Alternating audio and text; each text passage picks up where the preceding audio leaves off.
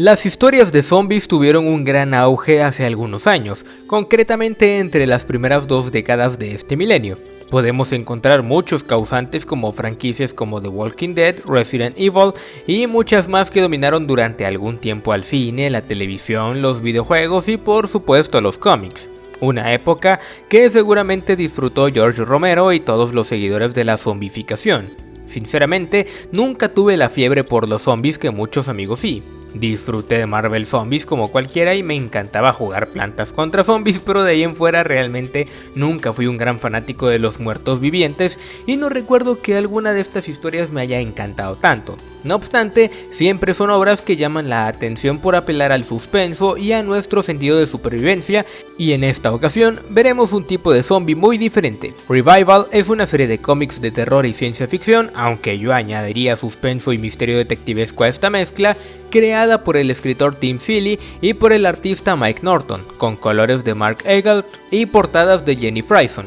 Esta fue publicada por Image Comics a lo largo de 47 números de manera mensual entre 2012 y 2017, con múltiples reimpresiones desde entonces. La historia nos transporta a Wausau, en Wisconsin, Estados Unidos, un lugar en donde todas las personas que murieron en ese pueblo y en algunas cuantas millas a la redonda, el 1 de enero, volvieron a la vida al día siguiente, o sea, el 2 de enero. Debido a este extraño suceso, el Centro para el Control de Enfermedades decide poner en cuarentena a toda el área para poder estudiar el fenómeno y buscar la causa de todo. Es así como llegamos con Dana Cypress, una detective e hija del alguacil de Wausau, quien además de lidiar con estas resurrecciones también decide investigar quién fue el asesino de su hermana Em, quien también es una revivida, quien no recuerda quién fue su asesino y ni recuerda mucho de lo que sucedió antes de morir y posteriormente revivir. Pero de igual forma también veremos la historia de una decena de personajes más,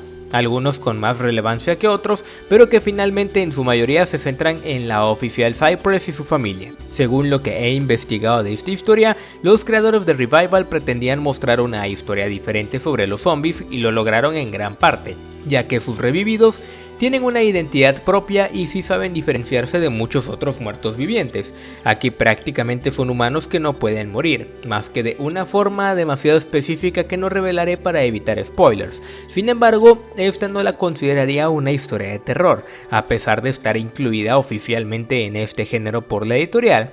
Como mencioné hace un momento, la catalogaría como algo de suspenso y misterio y acción detectivesca, ya que lo más interesante de la obra es descubrir qué fue lo que causó este fenómeno. Me agradó que todo fuera tratado como algún tipo de enfermedad y que poco a poco nos van develando el misterio, pero para ser sinceros, aunque la trama es bastante interesante y te engancha en un inicio, el título entero puede ser bastante aburrido en muchos momentos.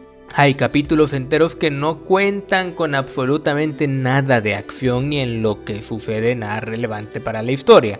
El ritmo es bastante lento y se alarga innecesariamente, casi desde el primer arco. Se nota que se alargó lo más que se pudo simplemente porque sí, porque la historia bien se pudo haber resuelto con la mitad de ejemplares publicados. También cuenta con una gran cantidad innecesaria de personajes. El elenco es bastante extenso y hay personajes que en principio pareciera que jugarán un papel muy importante para la historia, hasta que te das cuenta de que no, que realmente hay un mal desarrollo de personajes. El ejemplo más claro de esto está en una periodista que está investigando el caso, que termina siendo una alcohólica que no aporta nada en la trama, a pesar de que el cómic se enfoca mucho en ella al principio.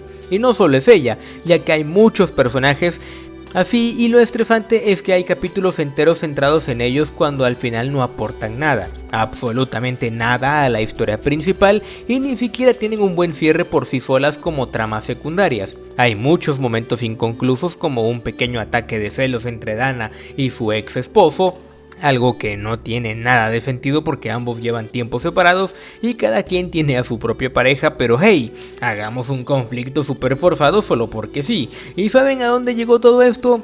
A ningún maldito lado, al igual que el 80% de todo el cómic. Otra cosa que pudo ser interesante es el misterio de quién fue el asesino de Em.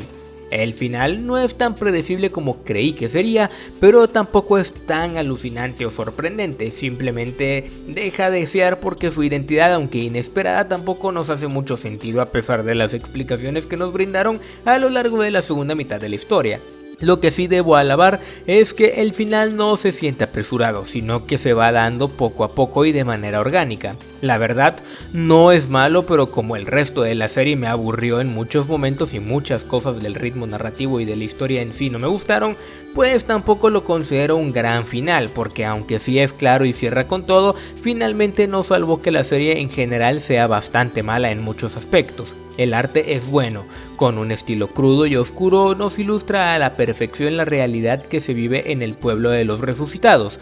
Mike Norton no escatima en detalles cuando se trata de escenas sangrientas o escenarios.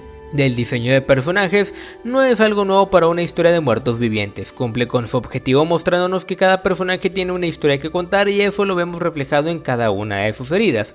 Por lo pronto, los dejo con mi veredicto final, el cual es...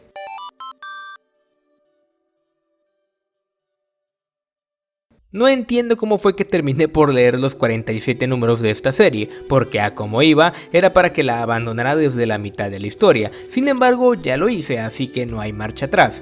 Si tienes mucha paciencia y puedes soportar un ritmo bastante lento y te interesó la historia, puedes echarle un ojo, aunque te advierto que hay momentos que se hacen pesados, a pesar de que la trama general es interesante. Y bien, eso fue todo por ahora. Recuerda suscribirte al canal si todavía no lo has hecho y regálanos un like si el video te gustó. Comparte este video con tus amigos frikis y síguenos en nuestras redes sociales para seguir en contacto. Yo soy Balder. Nos vemos del otro lado de Uso en Wisconsin.